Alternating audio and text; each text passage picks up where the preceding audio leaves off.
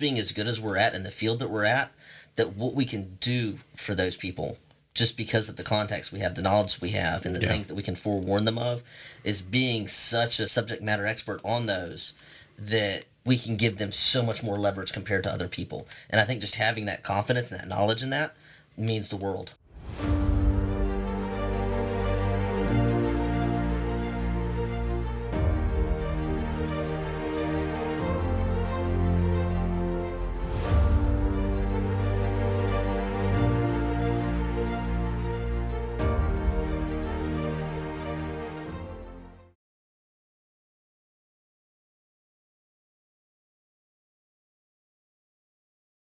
Hey, welcome back to the Real Estate Excellence Podcast. Today's guests are a powerhouse real estate couple redefining hustle, heart, and what it means to build a legacy through real estate in Northeast Florida.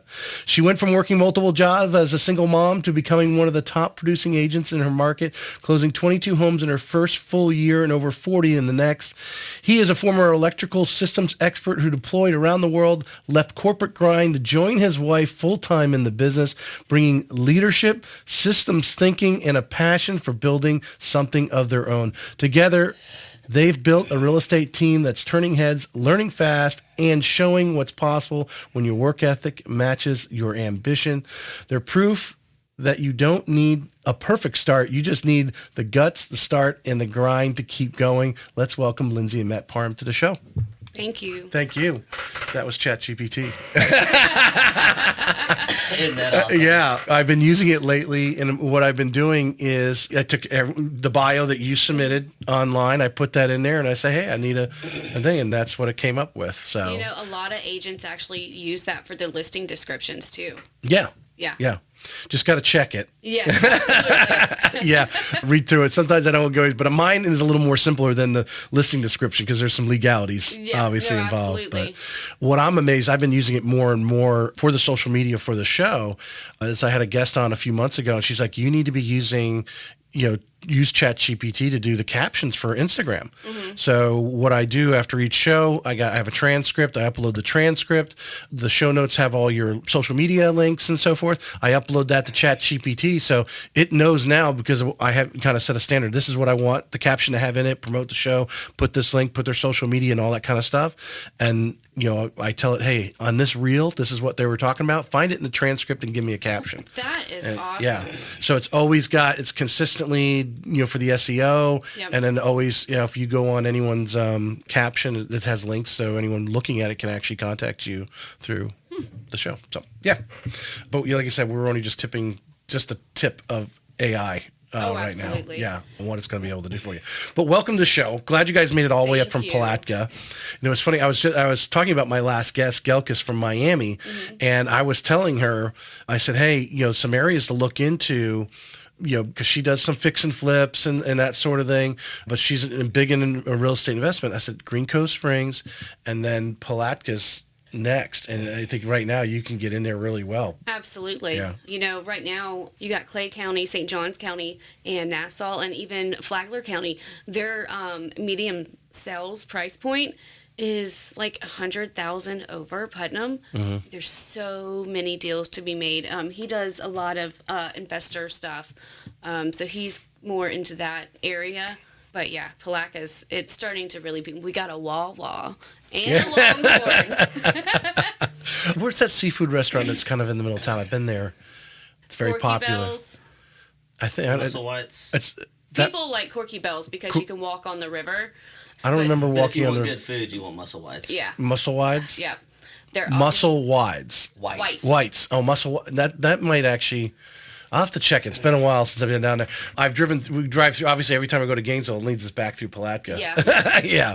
They cut across You know there. what? You might be thinking about Bradley's, too. But, Matt, you're a fisherman, and Palatka's like the place to be for bass fishing, am I right? Yeah. That's It's my the bass stopping grounds capital. between bass fishing, red fishing, shrimping during the summertime. There's always something out there. Yeah. Is there some of the national tours, the bass fishing Pro-Am or whatever they call Got it some of the comes biggest through there. ones. Yes. Yeah. We've got some of the biggest ones that are in there. Everywhere from Palatka up near the bridge all the way down south towards Salt Springs. Yeah. Yeah. My parents were RVing for basically from about 96 to 2016, and then we got them out of the RV. They lived in an RV for 10 years, but they came one winter and spent it in Palatka, which was really unique little place. I mean, there's some treasure of Florida, I think. Oh, absolutely. There's one red light in Palatka. No, that's definitely a very special part of Putnam County. And then you have Georgetown. It's like a little teeny tiny spot in Putnam County that's really neat as well. You're with Momentum, so you got the agents all over Florida calling in. When we have these clients who are looking for, they think they want acreage and so forth, is there still opportunities at a reasonable price to get down there and get 5 or 6, 10 acres of land?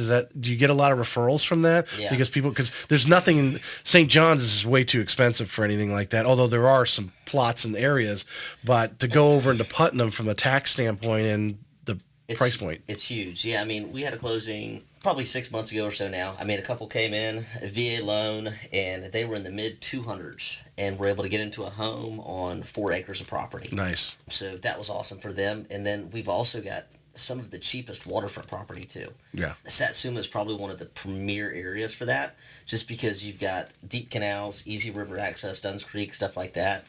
And you can get a house on the water in the low 2s. Yeah, yeah. I'm gonna have you just turn that tip of that mic so you're so it's pointing. Yeah, there we go. Good. Is that better? Yeah. And another thing about Putnam County when it comes to land and building, we still don't have impact fees. Where St. Johns County, impact fees is what, 16,000 or more. Yeah. Or more. Yeah.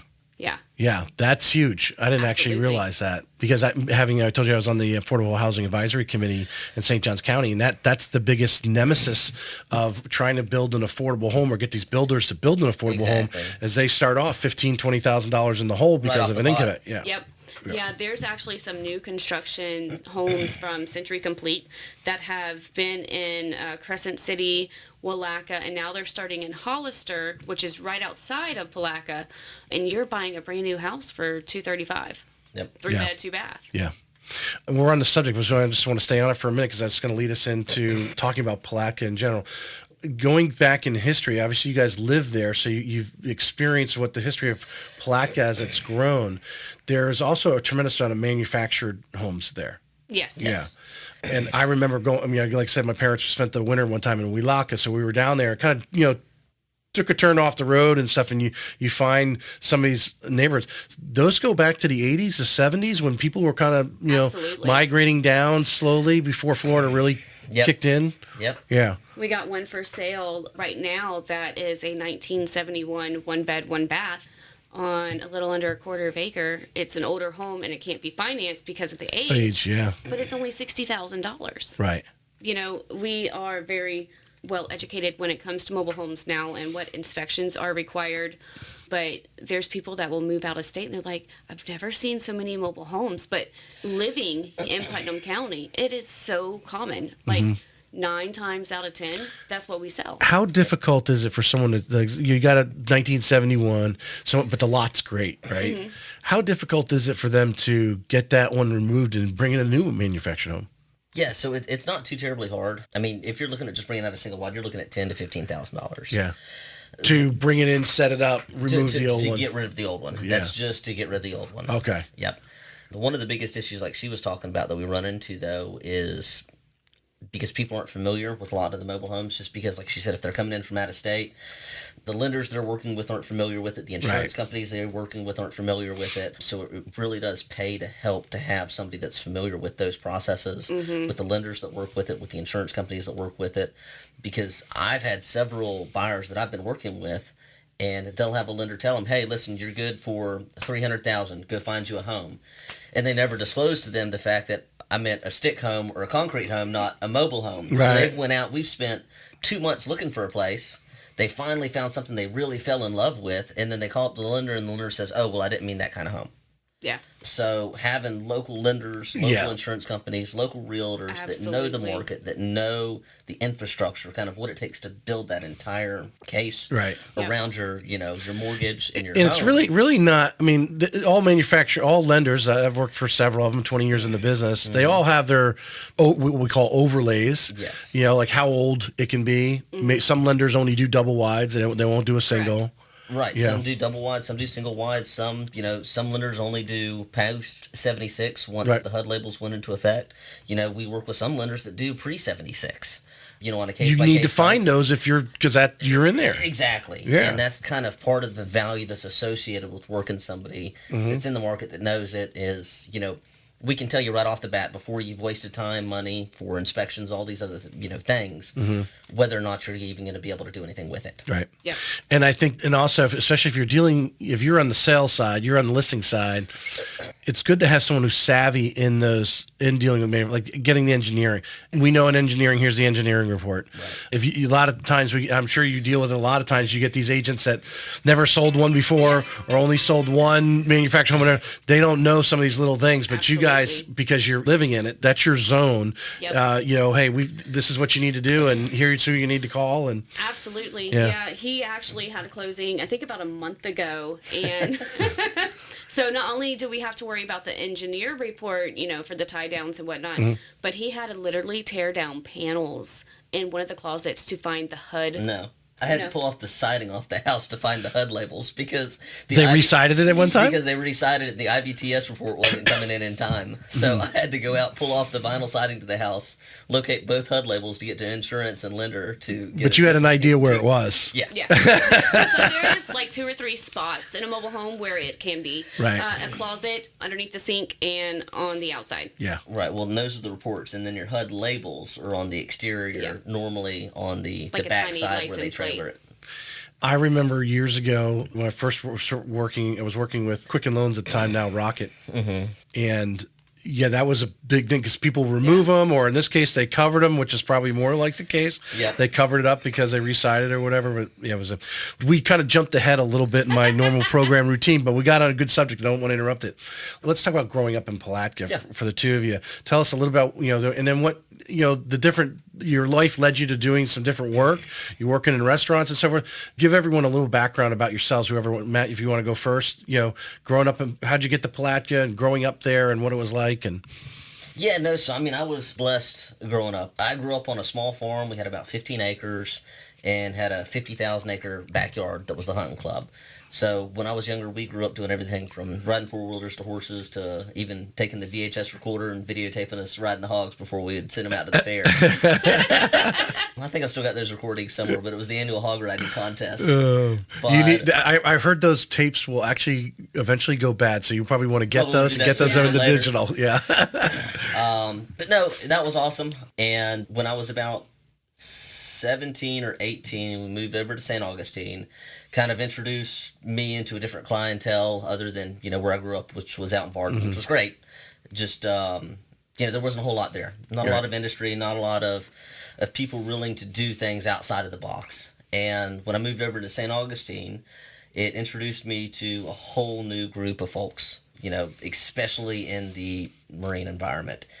And I worked at West Marine for a couple years. And while I was there, I got introduced to charter captains. I got introduced to people that manufactured rods for folks. I got introduced to a lot of influential people in the area. Towards the point to where I was getting invitations to go out on $1 million yachts that I could never even imagine having. Right. Just because they wanted somebody to go out with them that knew the electronics or knew the systems or... just was there to... Was this sort of a passion, because I was reading your bio and so forth, obviously growing up in Palatka, great fishing, you were kind of there, and then you come over to St. Augustine, you just had a passion for boating and fishing and that sort of thing? Yeah, that was really the genesis why we moved to St. Augustine, was to be closer to the ocean. We loved diving, we loved offshore fishing. Growing up in Palatka, we did a lot of freshwater fishing, but as soon as I got my first taste of saltwater fishing, that was about all it did. Yeah. You go to catch 2 or 3 brim or you catch a cobia, you tell me which one you want to throw in the cooler. Yeah. I told you I grew up on Cape Cod, and sport fishing was what I did. My dad actually I worked for the captain my first summer. Next summer, he bought in as a partner. My dad did so, and then that partner eventually left after a couple of years. He was older anyway, and moved on. So that's what we did. And now I'm like, okay, I'm going to go out. I just want to catch one big one. Exactly. That's don't give me a bunch of small ones. I can go to the restaurant and they can cook it for me. I just want to catch the big one. We called that hero or zero. Yes. Either way, it's a good deal. Either way, you have to go home and you don't have to clean fish, or you go home and you get to clean a really nice fish. When we first got together and he started taking me offshore, girls, we don't really care about fishing, or most of us don't. And I was like, ooh, dolphins. Where? I'm like, porpoises. Yeah. So there's like a no, you can't say dolphin on the boat. So you're at West Marine. Yep. So I worked at West Marine for a while. Minimum wage, making not minimum wage, but $8.25. Not making anything, and got an opportunity just in kind of, again, that sphere I was telling you about in the marine industry, where I got to know one of the local owners of a company, Solar Stick, and it was Brian Bosley. And I got to become friends with him, worked at that company for about 11 years, and did everything in the world from building systems to running QC to running an engineering team, really every facet of the company. Right. And kind of got burnt out there after a while. Yeah. And figured, let's go from trying a small corporation to a large corporation to see how that does, how that feels. And that didn't work either. That didn't jive. There's something about us, growing up on the water, which sounds like that's pretty much what you did. You grew up on your boating and fishing, and you're out there. It's very hard for us to come into, especially when you're still young. Yes. And to come into that corporate setting. I remember calling my parents and going, hey, I got this job opportunity. I can do this. Or I got, Quicken Loans and I'm working in a cube answering the phones. They're like, no, you ain't going to do that. So I ended up doing it, and I'm still in the business, but just doing it much differently than that. But it's hard to rein us in. It is. Yeah. And I've told her this, and I've told other people this, the greatest sense of independence you will ever get is being offshore in a boat. And there is no greater sense of independence than being offshore in a boat by yourself. Yeah. Because there's nobody else there. There's nobody to help you. There's nobody to fix anything. It is up to you. Silence. And it's silence. And it's a beautiful thing. It is. Freedom. It is. Yeah. And, that's kind of totally, that feeling was there in a small company because I had the ability to kind of manipulate some of it. It's totally gone in a large structure. Yeah. Even though the pay's better, you've got the better benefits, all of these other supporting facets are there. But at the end of the day, it's not just about the pay. Right. And I think that's kind of what pushed me away from there, because you could be the guy that's offering 1% or the guy that's offering 150%. And at the end of the year, you get the same pay, the same raise, the same everything as this guy sitting here on his thumb. Yeah. And once she kind of started to get to the position of where she was making enough that we could kind of sustain on that, it gave me the ability to take a step back out of that structure and kind of incorporate myself to what she was already doing to build it even further. All right. And that was awesome. All right, Lindsey, let's talk. Because we've got that kind of takes us up to here. Because now let's go. Growing up in Palatka, what's some of the first things you did? Obviously, waiting tables was some of the last things you did before getting into real estate. Yeah, so I grew up. My cousin, obviously, our cousins are always our first best friend. She had, she had 10 to 12 horses at all times. So I grew up riding horses, going to the Palatka Horsemen's Club.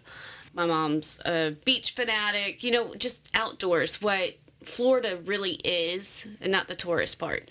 So I grew up riding horses, graduated the same year he did from the same high school. I moved to Louisiana for about 6 years. I became a mom at 19, a mom of 2 by 23, and I was a stay-at-home mom then. So I never really had a chance to go to college. So since I was a mom at such a young age, I never really went to college, started a career. And then in 2016, when I got divorced, I was like, oh crap, I have nothing except 2 kids that I got to provide for. Right. So I started serving. And when my now 10-year-old started school, I started substituting on top of serving at night. And then when we got married, we got married in March of 2020, so our wedding got canceled, and we got a COVID baby. Yeah, I saw that in your bio, March of 2020. That was, so you just answered my question then. Yeah. I just wanted to say that we did have the kid 10 months after we got married. Listen, we got married 2 months before we found out we were pregnant, so it was kind of like, good thing we got married when we did. So I was still serving, and I have back issues. I told my husband, I'm like, look, I can't do this anymore. It's killing me. He goes, okay, so you have 2 options. You can continue to work and be in misery, or you can go home and you can do something that's going to further you. He goes, if you get off of working, you're not going to sit on the couch and eat Cheetos and be lazy. You're going to do something. So that is an actual quote. Yes. Yes. I think it was a little bit more lines along of, if you want to keep doing that, then shut up and stop complaining. Or do this. Yeah. Yeah. So I was like, okay. His mom is in real estate. She's been in real estate since 2017. So I was like, why not? My mom tried it, but it was, God, I think it was around 2004 or something when things were really starting to go bad with the mortgage industry. So I was like, well, it's a few weeks course or a month's course or however you can do it because it's on your own time. Right. So I took the course. I finally got my license in July of 2021. And it's history. I mean, I started with my mother-in-law at Century 21 in July of 2021. And I was there for about 10 months. And then in May of 2022, I moved to Momentum, and my whole life changed. Yeah. It's been breathtaking. It makes me emotional just thinking about it. So let's dig into that a little bit. So you did have a pseudo mentor. Your mother-in-law was there. What would you? I mean, she just sort of, was she doing really well, or just kind of an average agent, or what? What? So she had a full-time job at Northrop Grumman. Okay. So she kind of just did it, when someone came up to her and said, "Hey, I'm looking to sell my house." She wasn't full-blown into it, Right? Because she was, working 60 hours a week already. So when I went to Century 21, when you pass your state exam and you take that class, you learned a little bit, but you don't really learn. Right. I needed education. I needed people teaching me what to do, when to do. Chris Moore, I say this every time I talk to someone. When I went to Momentum orientation, he says, if you are a realtor and you are bored, you are doing real estate wrong. And for some reason, that has stuck with me. Resonated with you. Yes. Interesting. If you were in real estate and you were, how do you say that you were bored? Mm-hmm. You're doing real estate wrong. Right. What did you take from that statement? What was he saying to you as you interpreted it? So just because I may not be actively working with a buyer or seller, there's 1,000 other things that you can be doing. You can be getting on YouTube, watching the best agents on how they do an open house. Or you can, go door knocking. I used to love door knocking. Holly and I, our other partner, her and I, the first house we ever door knocked on was a sale. There's just so many different things. That motivates you instead of doing 100 doors. Not get to the 100th one, but the first one out of that 100. Yeah. And it was a $250,000 lot, vacant lot on the St. Johns River. Yeah. So from what and correct me if I'm wrong, from what I'm interpreting, your vision of real estate, you just saw this low entry of take this 60-hour course, right? Is it 60-hour, whatever? Yeah, whatever. And get licensed. Low level entry. I can do this from home, which made it even lower. Absolutely. So you're like, okay, I did. But then, what's the next step? Well, I got to join a brokerage because my mother-in-law already belongs to Century 21. So when you walk in the door at Century 21, was there a lot of discovery? Did they, and as I mentioned before, we always talk about brokerages here because I think it's so important to be with the brokerage that fits your way you guys want to do business. Absolutely. There's a lot of different ways you can do this business. Yeah. So to find the one that clicks with you. So when you walked in there, and of course your mother-in-law, she's at Northrop Grumman all day long, so it's not like the two of you are tagging along. What do you do to start, learning about real estate and what a real estate agent's actually supposed to be doing when you're doing it full time? Yeah, so I did floor duty, and don't get me wrong, Century 21's great, but it's not a place for new agents who don't know what to do, who don't have the past clientele for the referrals and everything. There's some amazing agents there, but for someone like me, I need someone to text me every day, like John Brooks. He'll put on our Momentum page an inspirational quote. I need someone to be like, hey, Lindsey, get off the couch. Stop eating those Cheetos. Let's go. I'm gonna have you pull the mic just a little bit, just because I hate after the show to realize I didn't tell you that. Okay, good. You're good. All right. But no, I think, Century 21's a great company. There's some amazing people there. It just wasn't a right fit for me. Well, was it necessary? And let's say Century 21, or just that brokerage, as soon as brokerage is in Palatka. They just said, at some point they just got this core group of agents that just matured there, and they're not thinking about this green agent coming in. No, and I love it. So when I moved from Century 21, our partner Holly Parham, mother-in-law, she worked with Madison Beal at Century 21, and that's how we got into Momentum. And when we met Maddie to talk about moving, she goes, Lindsey, what do you want? And I was like, truthfully, I just want to be able to go buy my kids shoes whenever they need shoes. I don't want to have to worry about picking up another shift or anything like that. Right. So we moved to Momentum, and it's truly just been life-changing. Yeah. I want to get into your mind a little bit, that first, if you want to call it the first 10 months, because I think a lot of people, no one grows up and says, I want to be a real estate agent. I mean, I think there's a couple people now, because obviously I've had some really, Maddie's obviously as young as she is. Amazing. Yeah. Someone got her looking at it really early, and then she's caught on. But for the most part, most real estate agents, it's after they've done something else and life took them down this path. So they don't really have, and I imagine at this time, did you even own a home at this time? No. So so you don't even have your own personal experience, let alone, one transaction. You're going in there and you're like, what is this real estate all about? How's this business actually work? How do you, basically you're feeding yourself. You've got to go out and plant the seeds. I'll be honest with you. When I took the course, I just took it because I kind of had to find something to do. I never in a million years dreamed that I would have the passion and the love and just the desire to do this every day. It was never something I really thought would turn into this. I'm really not one that when I pick up something, I continue with it. So I think it shocked everyone, including... Well, until you find something you're passionate about. Yeah. If you don't love what you do... Yeah. Right? So this actually brings me... I got this book, Grit. And if you have not read this, I recommend getting this book by Angela Duckworth. Because I want to write a book with all the transcripts that I have all the agents on, because I really think real estate agents need to have a level of grit. Absolutely. The reason why 80% fall out is because they don't have that level of grit, or choose the wrong brokerage. And, again, grit comes in. Do you fight through it? Find the right brokerage for you? Do you search out and go, it's all pulled out. To me, I put it under grit.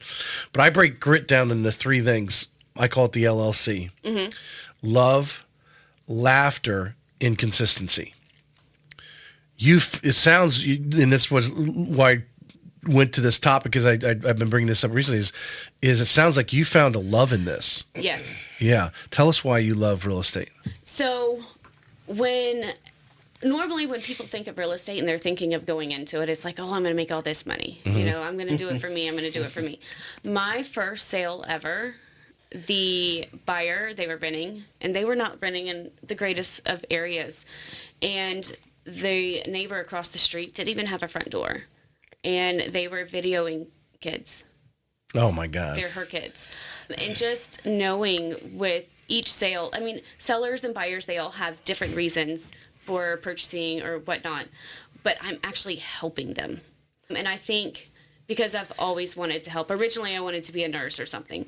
But just knowing that she's not worried about her kids being videotaped. Or, we had a closing yesterday where this veteran had fallen on hard times, and he's been sleeping in his car for 3 years. That's unbelievable. Yeah. And we actually got him into one of our listings where it was fully furnished. It's not a brand new mobile home, but it's got a brand new roof, brand new AC, brand new water heater. Nothing is going to break on him anytime soon. And it's his. It's his. And he moved in with food in the fridge, with spices in the pantry, I mean, The sellers even gave him $300 for the water deposit to turn on. yeah. Wow. He didn't pay for any closing costs. He paid for the 4-point inspection, which cost $100, and that's it. Right. Yep. Matt went out there and fixed a board that came up on a WDO. He put lattice around the back porch.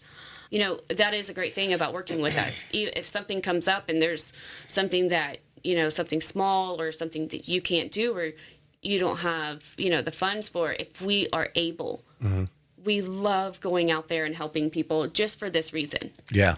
Because I think the average agent, they sit behind the computer and the desk and, you know, they don't have the joy of, you know, seeing it the way that we do. Yeah.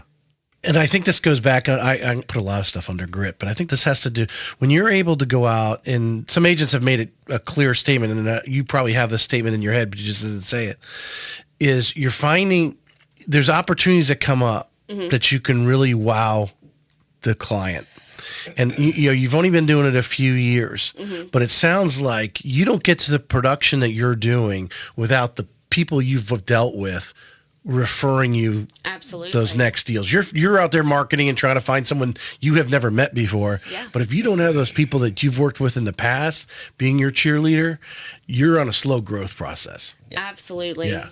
You know, he had a deal, I think it was Jennifer Fields. She closed and he got her a deal of a lifetime. She moved in with $50,000 worth of equity. Wow. Yeah. Yep. Yeah. On a $200,000 house. In a house, not a mobile home. Right. Right. But yeah, no, I mean, I love what we do. Yeah. And she started off by saying this, you know, this is so much more than a financial transaction. Yes. You know, this is exponentially more than that. Well, and this question goes to both of you. Is it the process that you love, particularly if you can really kind of narrow it down? You may never actually thought about this because you're going through the process and you just enjoy it. Is it the reaction of the people, or to be able to help other people like this veteran that you have?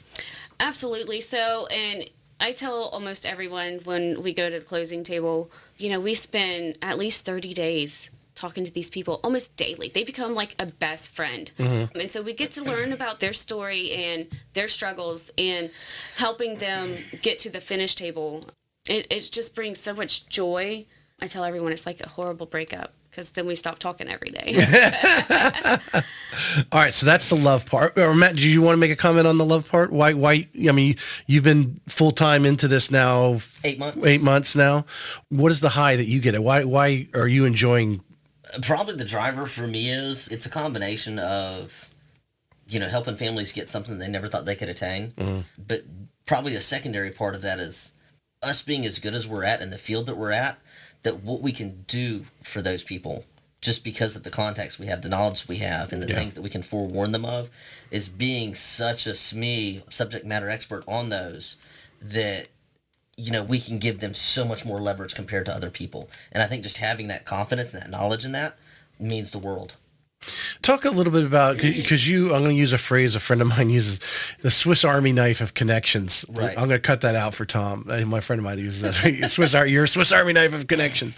But having grown up in the area, knowing a lot, and you guys probably don't even really think about it because these are just people that whether you met in a restaurant or doing what you're doing, people you know, and you're like, oh, hey, I got a problem.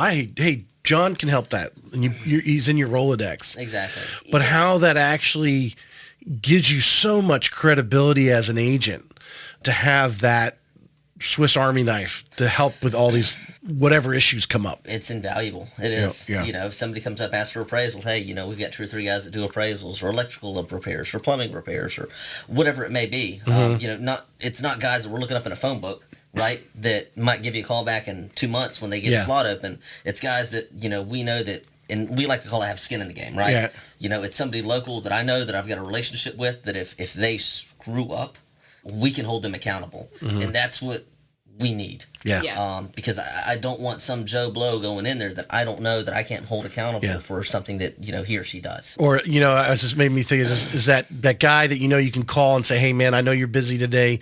We're closing tomorrow. I need to get this done. Can you come over after work and fix this? I'll get you a 6-pack of beer and, you know, afterwards. And whatever it is. Yeah, and it gets done. Exactly. Because at the end of the day, I mean, to us, this really isn't about a commission or a paycheck. Yeah. I mean, it's great. You know, we have to feed our families. We have to provide for ourselves. But that's not why we do it. I mean, I'll never forget the first year that she did it. She walked out of the tax office crying, just absolutely crying, because she realized she spent more in that first year, way more than what she even made. You know, and we were at a net deficit. Right. So we've since obviously grown from that point, but it's been an awesome path. It really has been. Yeah, and so when it comes to, the contractors that we know, I have a little black book. Our inspection company, we actually graduated high school with them, Kayla and Austin Bradley, and they actually worked with her father-in-law doing inspections for years before they started their own company. And then we have a neighbor that used to work for, Clayton Homes? And, I have a seller that she needed some paneling for a mobile home replaced. Call our neighbor. He can get basically anything that you need. We just have connections just because we have been there. We'll speak on the connections part. So just to an agent who may be listening, you guys are kind of fortunate enough, you've grew up in the area, it's that small town feel. Everybody's looking after, kind of knows everybody else's business and everything, but looking after, helping each other out. Oh, I can help you out. Yeah, great. Buy me lunch or whatever. Right. For a new agent getting into this business, to spend some of that time, like you said, the statement of if you're bored, you're not doing it correctly. One of those things you should be doing is trying to find some of these handyman, whatever, because there's so many different things. Calling on other agents, who are you using for this and that and the other thing, just so you start to build Rolodex and go have coffee with some of these people to get to know them. How, what would you recommend to that new agent, and how important it's really been to your success? I'll let you answer that one. Yeah, I mean, business is 100% about relationships. 100%. If you don't have relationships, you will fail. You cannot do everything on your own. If you don't reach out and start making those connections, it's just not sustainable. We've started since day one gathering contacts, building rapport with them. And again, like I said, everywhere from plumbing repairs to electrical, because when a time comes, if you don't show a sense of urgency and have somebody on hand and ready, your clients will not be impressed, and it's not going to behoove them. It's a reflection of us as well. Yeah. The next, I call it so that we were talking about love and led into that. The next part of my LLC is laughter. And I call it laughter because I think we go through life and, I imagine, you talked about going offshore in your boat, being way offshore. I'm sure there was one time, I can only imagine, you went to start the engine again and it didn't crank up right away. Or ran out of gas. And you're like, oh my God, Lord, what are you doing to me? Quick story on that. Actually. This is that 16-foot semi-dory I was telling you about. Right. It's got a 25 horsepower, 2-stroke tiller handle on it. Me and Buddy were out 30 miles doing some sea bass fishing in the wintertime. Decided to come back in, and the carburetor's messed up. And actually had to take the cowl off the motor, rebuild the carburetors while we were offshore because I had all the tools in the boat, put the carburetors back on to get the motor fired up, and bring it back in. Sweating the whole time. Yeah. That's just going to start. But that's grit. Yeah. Most people would just avoid that situation. I'm not going 30 miles offshore with a 25 horsepower engine. Yeah. But we laugh about that now. Yeah. You laugh about that moment. It was a lot of stress on you. Like, no one really wants to call the Coast Guard. Maybe you're lucky someone's out there to tow you in, maybe.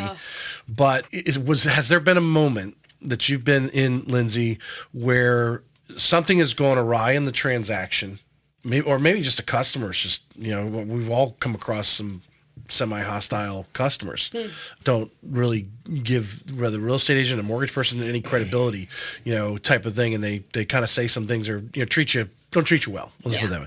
But something that's really like punched you in the gut where you almost were like, am I doing the right thing? Yep. Because I think a lot of real estate agents if you haven't hit that point, you haven't been in real estate long enough, where something's just gone awry, a deal blows up, falls out or something, really kind of sets you back. But then you step back and you laugh about it today. I'm trying to think. So when, I think it was in 2023, there was multiple offers on a nursery, like a plant nursery, right down the road from us. And we got into multiple offers. We did not win. But I had called the agent, a certain day. She goes, how did you know the deal just fell apart? Send me a contract. oh crap, yeah. So the buyers, it was a daughter, a father, and the sister of the father. And I guess the sister of the father has purchased like 30, 40 houses. So she's a lot. So she knows the contract stuff. I don't really know the contract stuff. I didn't at that point. And she kept sending it back to me. You need to fix this. You need to fix this. And I'm just like, just let it in. I looked at my husband. I'm like, I can't do this. I can't do this. It's like, because it makes me look horrible. Right. Eventually, they got it and everything worked out, but it's embarrassing. Right. Because the contract, it's so important, obviously. She diminished you to a point where you were like, do I want to deal? Yeah. Yeah, absolutely. It definitely made me question it. And I'm the type of person, if I don't get it done correctly the first or second time, I'm ready to give up. Right. But that scenario definitely had me questioning it that night. So since then, though, how many contract classes have you been to? I don't do classes. What I do is I'll get on YouTube and I'll watch how they go through it. But, I mean, I've written so many by this point, I can breeze through them. Right. Well, because obviously anyone, I think Matt and I would just be, well, okay, all right, you dealt with that really bad person. If we were coaching you, go learn the contract. You've learned how to do everything else. Learn how to read the contract upside down is what they basically tell you, right? Yeah. And I mean, really, to be honest, every transaction has got one of those. I mean, the carburetor in the boat kind of scenario, every single transaction has got one. And it's just how you react. Yeah. If you sit there and you're scared about what's going to happen and you drop a bolt in the ocean, you're done, right? Same thing with that contract. If you screw it up and it doesn't go through right, it could be losing that deal. Yeah. But it's just staying confident, making sure you get it done, taking your time, and just double checking yourself, making sure everything's good. You cover all your bases. You get your inspections ordered on time. You make sure you're getting the right inspections. Just all of it. That's what I feel. They talk about the computers of the world or whatever replacing the real estate. I don't believe a real estate agent can be replaced because every transaction is different. The person selling houses here at Jack's Beach, if we threw them into Palatka and the things that you guys have to deal with in different they couldn't walk the property in high heels. I can tell you that. So in the negotiations, right? I mean, it's like the art of the deal. I mean, you're expecting after the inspection, they're going to come back. It's natural. How am I going to deal with it? How am I going to react to it?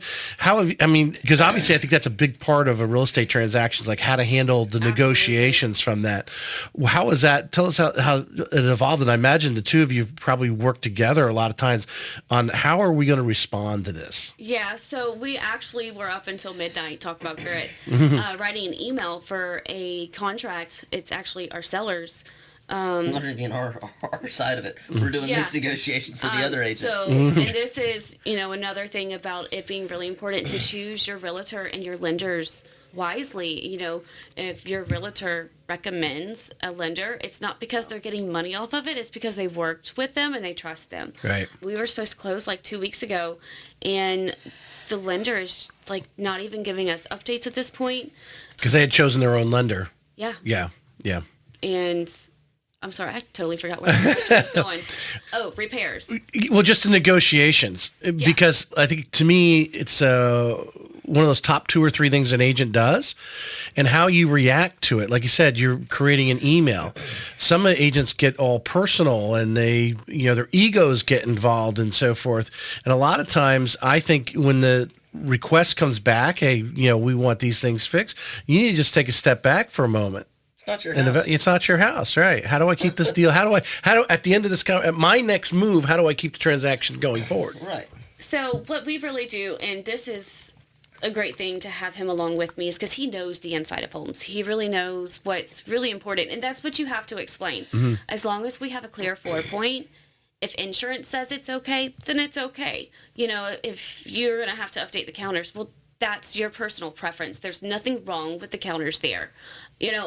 When you hear there's a leak, okay, it could be a tiny leak. You have to really just talk to them down to earth and explain to them what is really an issue and what is something that's really not an issue. Well, I imagine, Matt, you jump in a lot to like, Yes. that's going to cost you $300 to fix that. Yeah. And I've got somebody who will do it for you and just get it done. We had a closing 2 weeks ago. This was a cash transaction, super easy. Oh, God. And we ran into way more repairs than we thought we were going to run into. I mean, we were $5,000 for a roof. We were almost $6,000 for electrical because they found cloth wiring in there. There was glass fuses, and I mean, we were to the end of it where we've had all these repairs done. The sellers have got a tight budget, right? This is their final home they're buying. They're retiring in it. They need every bit of equity out of this they can, so they're moving in, and they're tapped out, right? They don't have any more. The buyer's coming in and she's tapped out because she's moving in from way out of state, so all of her funds are going to be tied up between the offer and moving stuff. Right. And it got to the point to where, we were having to go in there and do some of the small water leaks, behind the sinks and fixing stuff like that, or disconnecting electrical stuff to get it to pass for insurance. But it's the amount of things that can come up. Yeah. Is unbelievable. Well, I mean, I think you just, that's amazing. My wife had a review. The person said that, she was still picking the weeds in the yard or in the flower beds, even after the contract was done. Where I think like you said, a lot of agents, I got the contract, we're done. Absolutely. And they let those weeds. She was still out there picking. They actually, the buyer, I couldn't remember which side it was that mentioned it. The fact that you're like, they're tapped. The only way we are making this as the Parham team is to actually go in there and fix some of these things ourselves. And there's almost all of our deals are like that. I remember one of my first deals, we had a WDO underneath a mobile home, and Taylor Douglas, he was the listing agent. He goes, listen, the sellers are out of town. They won't give us a clear WDO until this is cleaned out. So I stuck him climbing underneath the mobile home. I think it was. I got a guy for that. Yeah.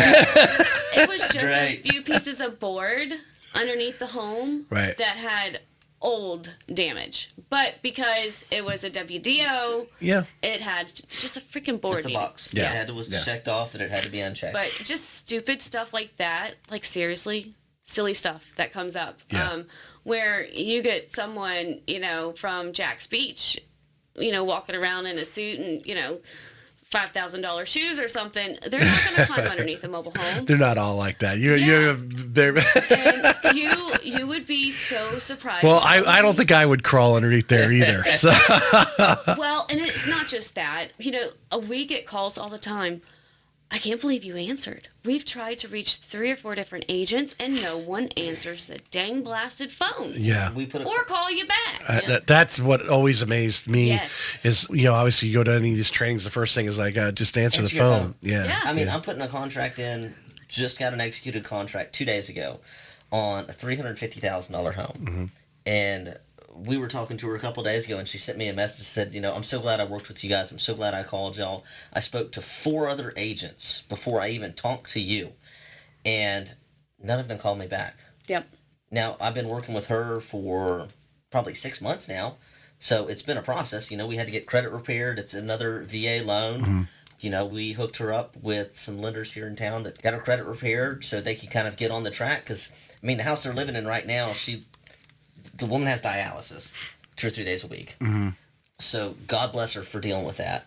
And then she goes home and she says that she can't even stand in the kitchen because there's boards missing on the floor and she's going to fall through. Oh my God. She's got her kid there. There's mold in the house. The landlord refuses to do anything with the home. Yeah. And there's just misery. Just absolute misery. Yeah. And, again, it's being able to take people from a situation like that and kind of help orchestrate that to now they're moving into a house with a waterfront view so they can go fishing off the back porch. Yeah. What sort of transformation is that? Yeah. Yeah.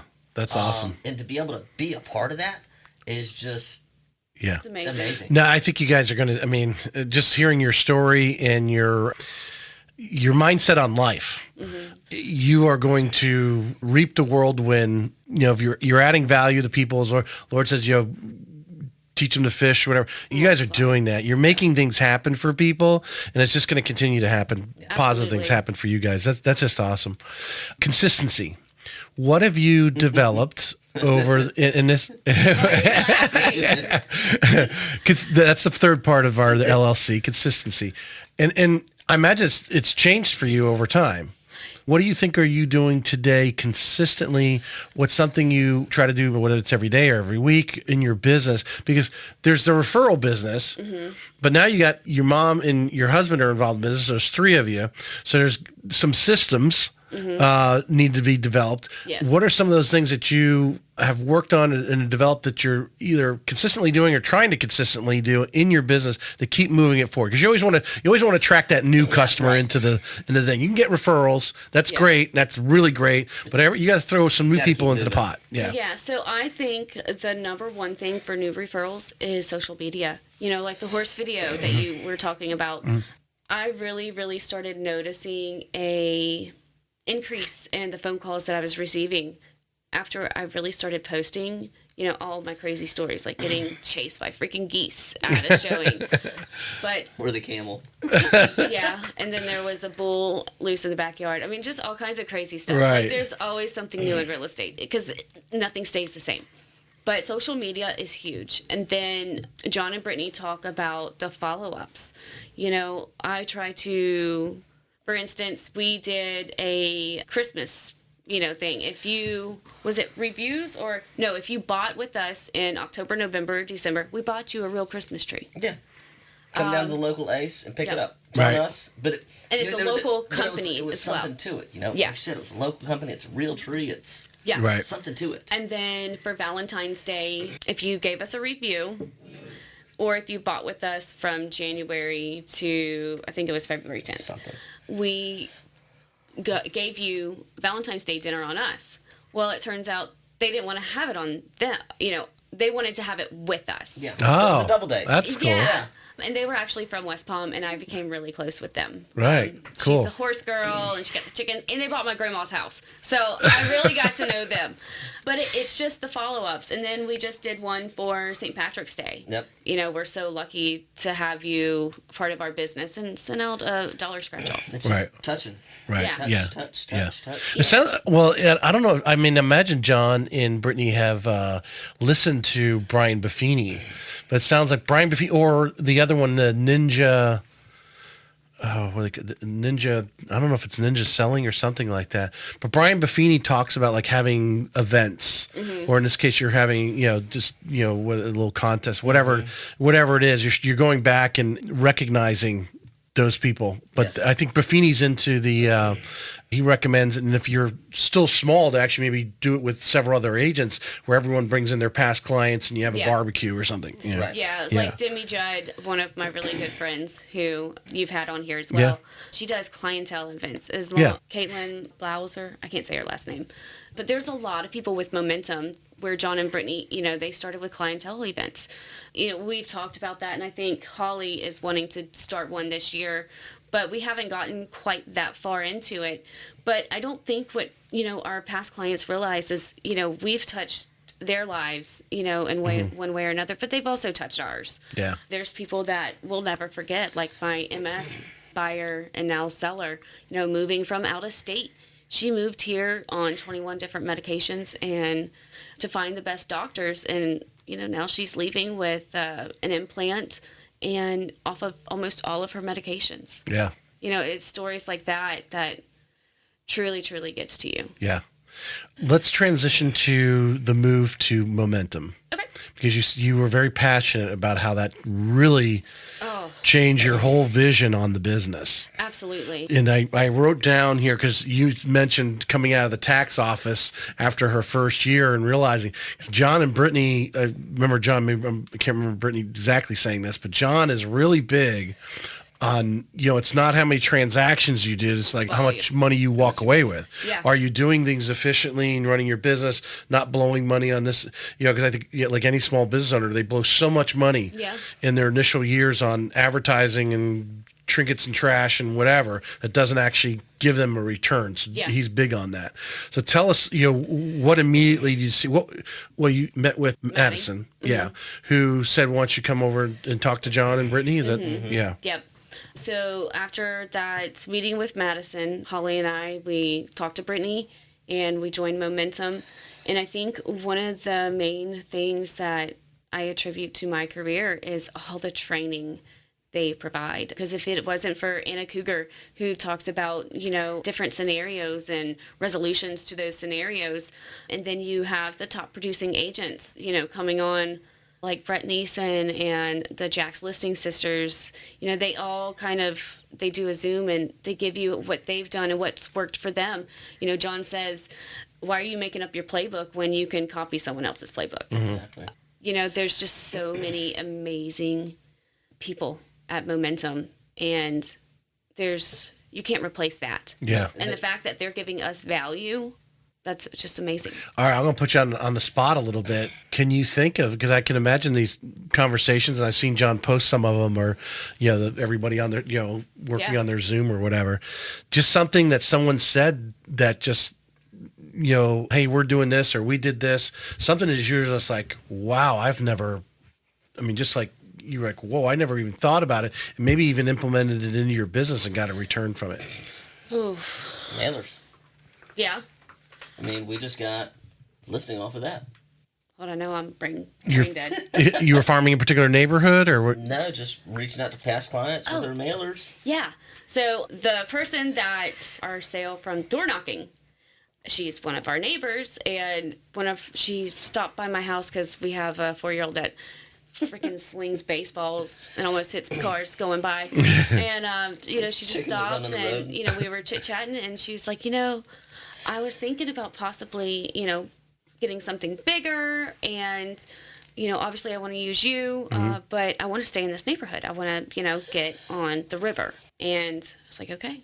I did up a little mailer, sent it. I got on GIS so I could get their name and their address, because I'm not rich and got all these other apps like all these other agents do, like RedX or whatever it is. So I sat down there with the GIS going through each house, and if they live out of state, I sent one to that address and the one to the East Palatka address, and we got a few emails out of it. Yeah. No, nothing set in stone. So you just said, hey, I have a buyer who's looking for your size home or whatever in this area. Are you interested in selling? Yes, this is what she's looking for. This is what she's moving from.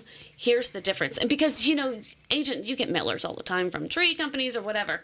So I wanted them to think, okay, this is really legit. And we live in the neighborhood, so I used to have this big banner in my front yard, so they know my name anyways. But we didn't want them to think that we were just scouting to just get their listing. We really wanted them to know that we actually have a buyer, and a cash buyer at that. And we got a few calls and emails, but nothing set in stone just yet. But you do like those little things, they actually make I'm going to give you a little tip. And any agent listening right now, because if it's come to fruition to me that this is not happening enough. No. But if you called me, now I'm not saying no other lender would do this, because I think they would if they were asked. The question is, do they have the marketing department to actually execute it in an efficient, professional way? Yes. That's the challenge. But if you called me and said, hey, I've got this neighborhood. There's 300 homes. Someone wants to buy in this, this size or whatever it is, just like you were talking about. We would put together, whether that was a letter, a postcard, or whatever. Yeah. And send it, create it all. Obviously, you'd proof it. We would just co-brand it with you. Absolutely. And it would go out. And I don't think enough agents to go on my little soapbox for 10 seconds here. Agents are popping around to lenders. I see some. I know you use Catherine. I think a lot, if I recall correctly, looking at your numbers. Barnes and Black, she's amazing too. I see too many of the top agents. When I look down at their transaction, there's 1 next to the loan officers that they've used. If you are not leveraging the loan officers and their company to be doing some of this type of marketing, because at the bank, we got these people, I go up there and say, hey, I need St. John's Golf and Country Club. I need all the addresses. They have that within minutes. All this technology out there. They will do that stuff for you. We have to split the cost with you in as far as when we mail it out or whatever. But really when it comes down, I was sending out, you can see those magnets right there. Those are $1.50. Yeah. Okay. Hit you up on one of those. Yeah. You send out Palatka High football schedule, whatever, type of thing. But if you aren't asking, you're not going to get, because I have to say we mention it a lot of times as loan officers, but I don't think the agents are getting it. No. Yeah. And the thing is, you're talking about a made lender. You got to realize the average agent, what did they sell last year? 4 homes. I thought you were going to go that 74% didn't even sell a home. Yeah. Yeah. So when you're talking about even knowing how to do something like that, if you don't have a good brokerage that is giving you these ideas or a lender that you stay in contact with, you're never going to know any of that. Right. I think some of the big marketing things that could be being done that agents are missing out on, again, if you're listening, take notes. The Krista Mashore, you see a lot of her advertisements. She talks about farming neighborhoods. Yeah, I've had her on the show. She talks about farming neighborhoods. You want to farm a neighborhood? Get with a lender. And now, if you're giving him deals, they have no problem co-marketing. Don't go ask a lender that you've never done a deal with to jump in and start spending every month with you. Yeah. You've got to, but if you create a relationship, it just rolls back and forth. You're feeding each other. And then there's things like that obviously cut your costs down. Yeah, and Catherine does that with us. You got to have leverage. You have to. And if you're not utilizing it, you're missing out. Yeah. Yeah, I mean, First Coast does a decent job out there. Those things are out there, and I think too many agents are worried about getting in my soapbox here. Oh, I got to give you 3 because they're afraid something's going to come back. Dude, something's going to come back somewhere along the line. Absolutely. If one deal costs you your entire real estate career, maybe you shouldn't be in real estate. Exactly. Because something's going to come back somewhere. You just need a lender that when something is going south, that they're calling you and saying, "Hey, we're not going to be able to close this." I had last August had a condo deal that I've done deals in that condo complex before. That's how it got to me. 2 lenders wouldn't do the deal in there for whatever reason, because I think some of the condo things have changed. Yes, they have. As far as what they'll allow. And the smart lender that couldn't approve them. She sent me over all the stuff. We had them closed 8 days later. They were closing. Wow. We had to extend it to 8 because they were basically at closing. But because she cooperated, she still saved face because she found a solution. Hopefully that real estate agent doesn't take it out on her. Hey, we decided we're not going to do it. But I found you, and we closed it in 8 days. Everybody's happy. That's all that matters. Yeah. Exactly. Get the deal done. Yeah. Get the deal done. There are different lenders, and we tell everyone this. Different lenders have different qualifications. All of this. We have Catherine Barker, we've got Kim Barnes, Delaney Bravo. There's a few of them that we work with. Like Kat, I don't think she takes anyone in a 580 credit score. Just reached out to Kim Barnes. He's calling her today. Yeah, I will tell you. You start to get south of 620. South of 600, south of 580. Yeah. Oof. Well, it's like one that we're doing right now. It's a manual underwrite. It's sub 600. But they're still looking at $300,000. Yeah. And it's just like you said, it's having the right person for the job. Yeah. For that condo. Yeah. The right lender for the gig. Yeah. Right now, I think a lot of lenders don't mind it. If we go in, like I said, we start getting sub 6% rates, and I think if the frenzy goes on, they won't want it to, because they clog up pipelines. Yeah. What happens? So the underwriters have to spend way too much time going through, like I said, a manual that's just, a nightmare. But to know someone that is willing to do that. Yes. I've been in the business too long. I wouldn't say I'm a fan of that, and the bank really doesn't. Is not. They got enough business of people that are north of 620. I think we'll go with 600 on a VA loan. VA loan's much more forgiving. But anyway, you got to have those people in your pocket. Yes. You got to, that'll. Well, and you got to realize too, in Putnam County, if we get someone pre-approved, $200,000. Freaking ecstatic. And that's another big deal for where we're at is the price points are so much lower. Right. The volume of deals that we have to do is exponentially higher. Yes. Yeah. I mean, a lot of our deals are 160s, 200s, 210s. Yeah. I think you guys are planting the seeds, though, because I think those numbers will double in the next 10 years. Absolutely. If not the next 5. And that was the thought with staying in Palatka. Mm-hmm. I don't know if this is where I was just about to say that. I'll let you finish. So when I first got into it and got to Momentum, John and Brittany, they always talk about farming. Pick your area. And I'm like, crap, Putnam Counties, we're so freaking broke around here. But then I got to thinking about where St. Johns County is now. And we're already seeing St. Johns County and Clay County people coming to Putnam County. Yep. I want to stay where I'm at because by the time it really starts to boom, my name will be up there because I'm going to work hard. You're going to have a lot of past clients and yes. And I know the area better than St. Johns County. Yeah. Have I sold there? Yeah, I've sold in Flagler County too. But is it really yeah. I relate that to these agents who come on who want to head to the Nocatee Ponte Vedra area. And they don't realize that there's offices out there with hundreds of agents. Yeah. And some of these ladies just do desk duty just to hopefully someone walks in once a month, Yeah. once every other couple months, and they can sell a home. Yeah. But that only lasts so long. To me, I don't mind. I mean, if I'm not busy, whether it's or working a deal or whatever, you lose your game. You do. Yeah, in it, and everyone wants to be out there.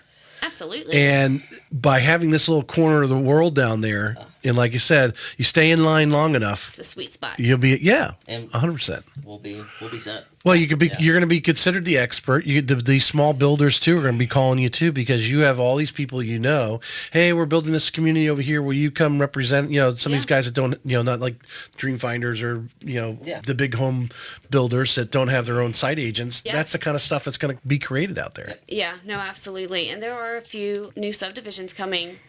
I think there's a DR Horton and a KV Homes. Mm-hmm. There's a guy that knocked on our door because on our Google business profile, I have it at our address because we sell in Palatka. And he goes, I don't know if this is where I'm supposed to be, but I'm at a house. I'm like, yep, that's me. And he passed out a pamphlet for a new subdivision going into Interlaken or Hawthorne or something like Melrose. that. Like, oh, sweet, man. For brand new homes and the mid twos. Yeah. Which is what we need. 'Cause We are so short in affordable housing. I was about to say we Absolutely. need affordable housing Yeah. in Putnam County. Yeah. Because I bought my house when I moved over there in 2015 for $15 an hour. I mean, that's what I was making at my job. Mm-hmm. And no way I can afford that now. Yeah. He bought it for $80,000 too, and we're a block from the St. Johns River. Yeah. Yeah. It's like tripled its value. Oh, yeah. Yeah. But it's, there's no, affordable homes. Just isn't. Yeah. Some of these new constructions are getting there to where you're in the low twos and moving into a brand new home. But that's only in Putnam County too. Yeah. Is there opportunities out there? One of the big real estate podcasts is Bigger Pockets, and the gentleman on there, he's big into like the manufactured home communities and buying them and so forth. Is there opportunities out there where you can get 5 or 6 acres and actually, Absolutely. zoning? Is it very difficult to get the zoning? Yeah. To have good rentals. It's not super hard. Yeah. There was a time just 4 or 5 years ago. There's quite a few of them when you could have came in and bought a lot of these, older 70s, 80s single wides, and they were selling with the land. This is not on rented land. Yeah. But with the land for $10,000, $15,000, $20,000 a pop. Yeah. And these places are going for $60,000 now. Yeah, and I have an investor too. Yeah, so it's not hard. Like I said, there's existing ones that people have worked into, and as far as getting land and splitting it, in Putnam County, R2 is easy to deal with. It's not hard to subdivide parcels. There's really actually a pretty good ROI if you can come in and stand on your own 2 feet on it. Yeah. If you can get a 4 acre or 5 acre parcel, subdivide that out to 1.25 acres with an easement down the center. You bought it with one home on there. You've already got one home, one septic in there. You bring in another well, $6,000 a pop. You bring in a septic, you're looking at $12,000 to $16,000 a pop per septic. You can have a brand new double wide, dropped, placed with AC, everything on it, for about $110,000. So now you've got about $400,000 worth of investments there, and on top of whatever you put the property for, and you're looking at easily $2.25 per home. Yeah. Have you been working with clients who've gone out and purchased a lot and went down to Clayton Homes and Yeah. have them come in? And this is outside of our spectrum, right? Yeah. This is always something. Again, this isn't about the commission to us. It's about helping families get Yeah. into something. So something we always present to people like Clayton Homes. They've got an amazing program there. So you go in there, you find a lot of land you want, you find the home that you want, and again, we're out of the picture at this point. But you can point out, I want this home on this land, and you won't owe a penny until you've actually got the CO for that property. So you've had that house now for because it can take 6, 7, 8 months to get the land cleared, the septic put in, all the permits, the house dropped in. On top So Clayton is either rolling like the taxes and everything into the purchase, and they're putting their veteran, or maybe they're doing an FHA loan, their whatever little money down payment, but they're putting all that into the deal for all of it until you get the CO. and you're not doing it until you so actually you don't have 2 mortgages, while you're sitting there renting your home, because how much of a pain would that be, and how hard is that going to be for somebody? right. Yeah. You can find a lot, put a house on it, get into it, and you don't pay until you actually step foot in the house. Yeah. Yeah, no, I do have an investor who's done exactly that. He bought a piece of property from me last summer on a canal in Bostwick. He split the property. No, it is, a small lot. And he's put 2 single wides on it. They're about to go active on Tarpon Boulevard in about 2 weeks. And so they're 3-bed, 2 baths, a little under 1,200 square foot on the canal for about 180. So waterfront property. So, all right, so let me follow you. So he buys his property, gets it subdivided into, he puts 2 brand new single wides on them, and then he's turning around and selling them for $180,000 a piece. So you've got waterfront property, $180,000 in a brand new home. Yep. If that's not affordable. It's already got the tie downs. It's already. So How much you think he's got? How much has he got into it? 120? I mean, what did the manufacturer? What is a single wide I think it manufacturer? was like $80,000 for a single wide. Okay, and the lot probably. Did he even pay $20,000 for the double for the? I think it was a little bit over 20. Yeah. So $10,000 when you split it. Yeah. Yeah, so he's got 90 grand basically, roughly. Oh, plus he had to develop it, right? Put this, so he's probably 120, 30 grand into it. Yeah. Easy. Yeah. And if you're not so focused on making $200,000 off each transaction, and you just make a decent chunk, then you can just keep that cash flow rolling and going sell into it the next faster. one. Yeah. Well, I mean, yeah, I'm thinking, wow, as an investor, it's actually very clean, and there's some steps involved because you got to get the permits and stuff. But I mean, how? It's not his first rodeo either. As agents advising, you advised a lot. Are you getting some background on? I mean, how hard is it in Putnam? Like, for instance, these lots were on the water. Hey, we need to get the permit to put a septic and well in here. Is that really difficult? No, as long as you know the setbacks, which the Putnam County Property Appraiser's Office knows my voice by now. I have the setbacks downloaded on my computer, so I can just send it to anyone, on the property appraiser's website, the GIS. It gives you, the length and the width of the lot, and you just, you can either call the county or you can, look at it yourself. Right. Yeah, it's funny. It was actually the county that was calling me before the show started here, because we've got a home that... So this home is stated that it's built in 1900. So back before 2000, Putnam County didn't pull a lot of permits for a lot of the structures there. So a lot of the older homes, there are no permits, no information, no anything on. And in some of these situations, whenever they do that, it just defers back to a 0, which is 1900. So this home was obviously not built in 1900, and insurance costs are astronomical because of this. Right. $10,000. Yeah, $10,000 for kin insurance right now, which is insane for a stick home with a metal roof. So I'm working with the county to get an appraiser to get back out there. I'm getting them some inspection photos and stuff like that to reassess the age value. And, there's a lot of real estate agents that wouldn't even know Right. to do I've that. never heard. Yeah, I mean, doesn't shock me that there's stuff that like they default back to 1900. Right. But like you're saying, I wouldn't even have thought about it. You got to get somebody out there to actually figure out when was this place built. Right, Yep. the real age estimate. Yeah, because there was no permits on the house being built, so there is no proof. So we've got to get out there and how. Like When did the property tax change? They must have changed. How far do the property taxes go back?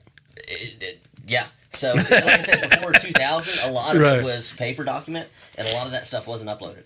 But Does someone have those files in Palatka? From what I understand, a lot of them got. I know one of the title companies in St. Augustine acquired all the old stuff when the county went digital. They took all that to digitize it, and then they still had the original paper. But one of the title companies actually, luck finding it. Yeah. So they're known to be able to be the person the title company go to when you have that really old home that hasn't changed hands in 60 years, right? Yeah. But so like all the uploaded documents are just blank. So there's nothing. Yeah. But anyways, we're going in there to get that gone through because it's realistically it's probably like a 1960s build, maybe 1980s. I want to go back to the 2 lot things because I'm really interested. Because really, for him, he goes and he obviously you got to get the permits, right? You get but doesn't like Clayton Homes? They have people that come in and like will put those. They do all the work. They do all. They don't do anything. So you split the parcel. Once you've got that done, now you say, "Hey, Clayton." Yep. Bill, go put in a home here, a home here. He files the paperwork. Wells and the permit, septic, everything. He does the well. He does the septic. He does the AC. He does the foundation, die downs, everything. And Clean. you know what's so funny about this investor? I've been working with him for over a year now. And when he called me from my Google business profile, and he says, I'm looking for someone who's not going to bid against me when I go to put in an offer on a home. So I guess that agent he had worked with was bidding against him on a house that he was trying to purchase through this agent. Yes. And so, that also goes back to the honesty and, really pick who you work with wisely. You would think there was a limited amount of land, right? This unique beach house that there's only comes up every once in a while, a house like that. So you could be, but go find another lot to buy. Because that's really the genesis of it. It's all off the deal. If you can find the lot that's right, that's what matters. Yeah. And, having agents that do that kind of stuff, because the investor's done a lot of the work to find that particular spot at that particular price. Yeah. I mean, he does his own research. Yeah. I probably sold 5 to 7 of his properties last year, and now he's officially retiring, and he's ready to sell everything that he's bought with me.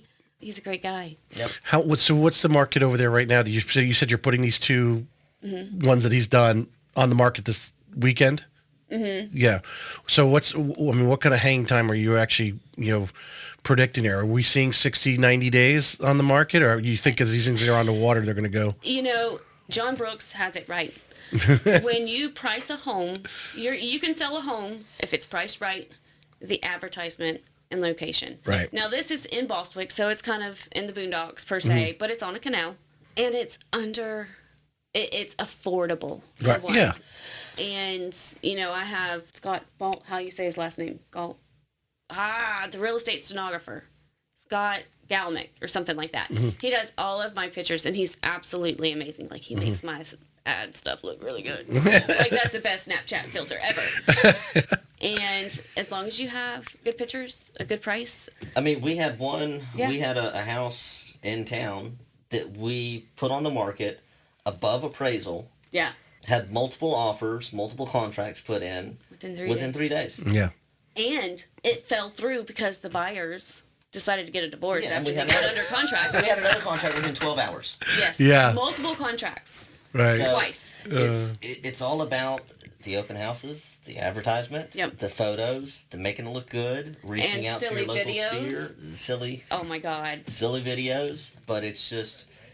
You want to do it right, I haven't told this story in a long time. I saw this guy. He was from Montana, and Montana has these people from California that think they want to live in Montana, but they don't realize there's areas like there's no cell service.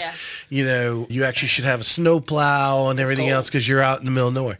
And he went out. He was. The story goes he was showing a house to these people like 20 miles out of town. So it's like they're out in the middle of nowhere. There's no cell service, whatever.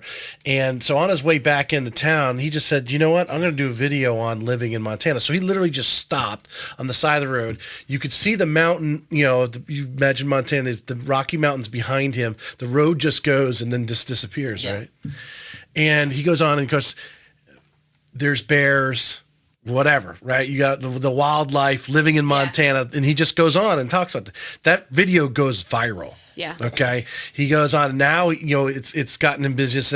He was doing blogs already, and some book writer he called on him, and they put his blogs together and wrote a book. So now he's like the guy. Yeah. A video on living in Palatka.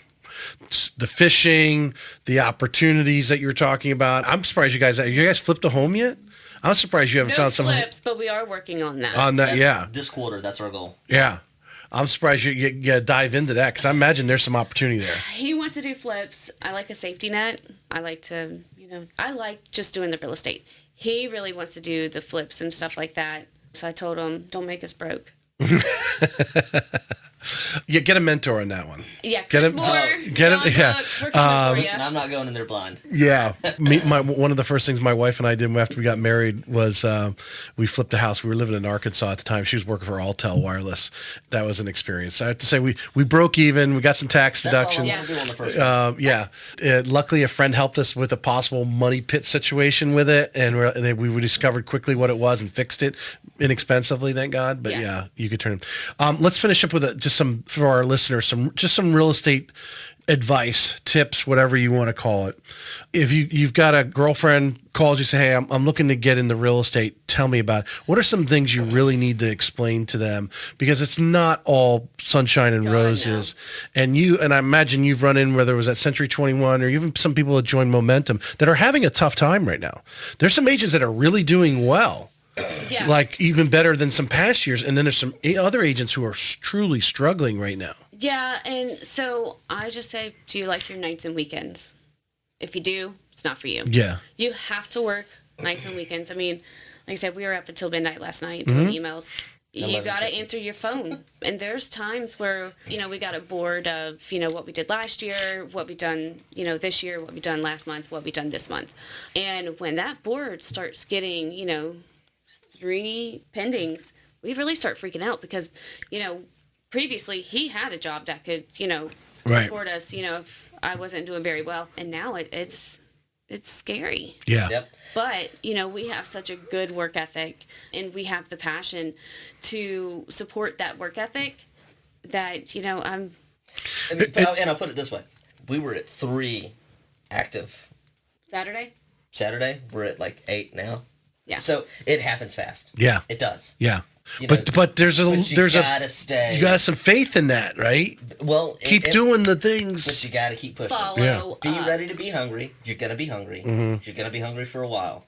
It's not overnight. It takes a while. Yeah, and you gotta have somebody supporting you. Yes, absolutely. I couldn't have been in this without her, and she couldn't have been in this without me. Yeah. Especially starting out, because it was every single weekend. I did not have a day off for I still don't really that's the one thing off. I think people don't realize, and it's been my wife and I. We met at work, and we both have lived. It's a 24/7 business. It doesn't mean you're working for 24 hours. Correct. You might not. You might have everything done, and at 8 o'clock in the morning, and you're like, "Hey, let me go get my nails done, whatever it is." And then all of a sudden, 10 o'clock, someone's saying, "Hey, I want to go see a house at noontime." Absolutely. And then you're busy all afternoon. I think my wife was talking to somebody last night at 9:40 in the evening. You got to be.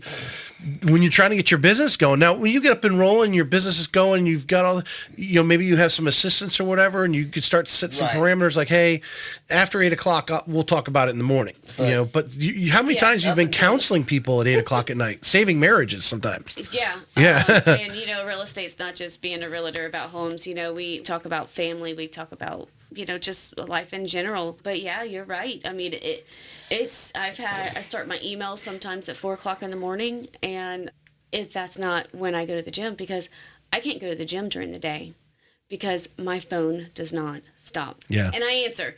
You just, we went to the Bahamas and he had a rough contract, and we finally got the clear to close, and he was on the phone for 2 days. Yeah.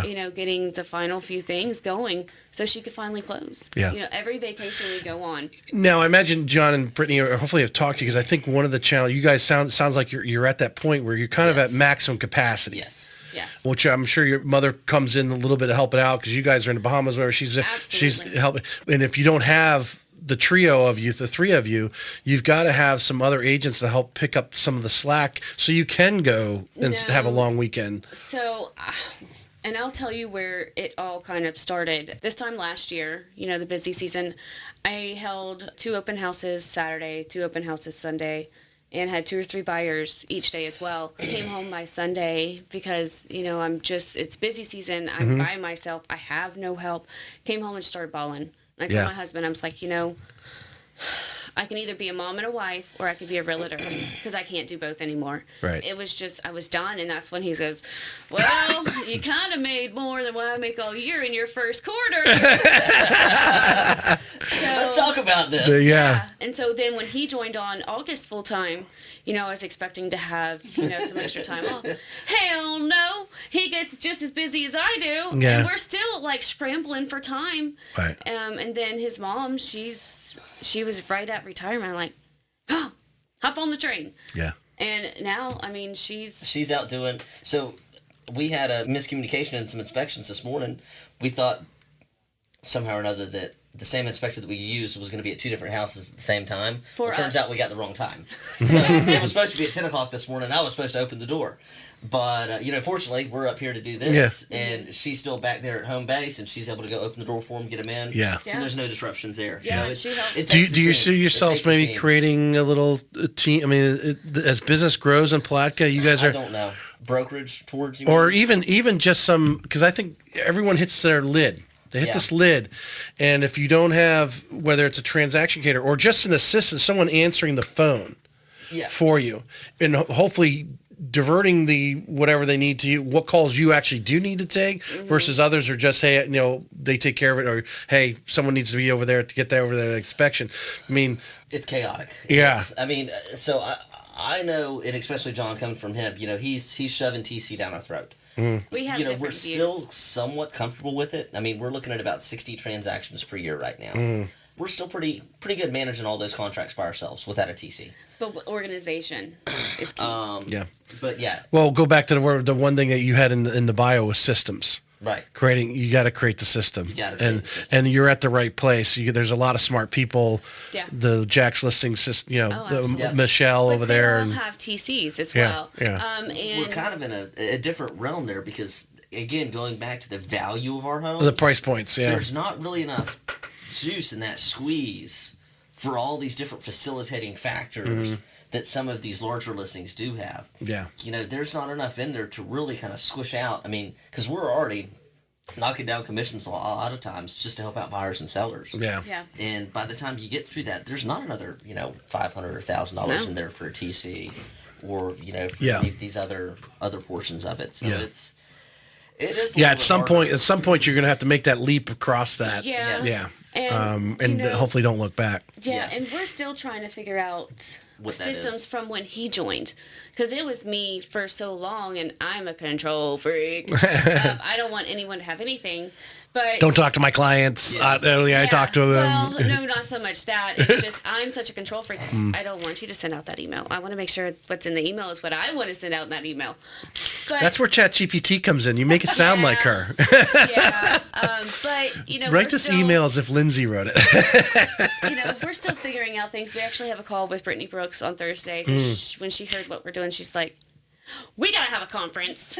She goes, y'all are all over the place. I'm like, We know. Yeah. Well, I think that the great thing about it is I wouldn't say you're fumbling. You're successful, but you're fumbling forward at a high We're rate. rolling forward. Yeah, right? you're rolling Right. forward, and now when you start to get those systems, you'll start to polish it. Yeah. And then business will just start to Yeah. even We can grow actually- exponentially from there. I told Brittany when we were talking about this, I said, look, I bullshitted my way all the way here. And I'm just going to have to continue to do Hasn't it. stopped yet. We're just very blessed and to have our brokerage. We're very blessed to have our family. I want to talk to you again after. There's going to be a point where you're going to have to make this Yes. Transition. some sort of hire an assistant, transaction coordinator, or whatever. Whatever it is. And then after you evolve that and been doing that for some months and got this system down, you were like so many agents that are successful. They reach this lid Yes. because they're reach the lid, and then they got to make that gap. My wife's at this situation because that's why I bring it up a lot of times on the podcast.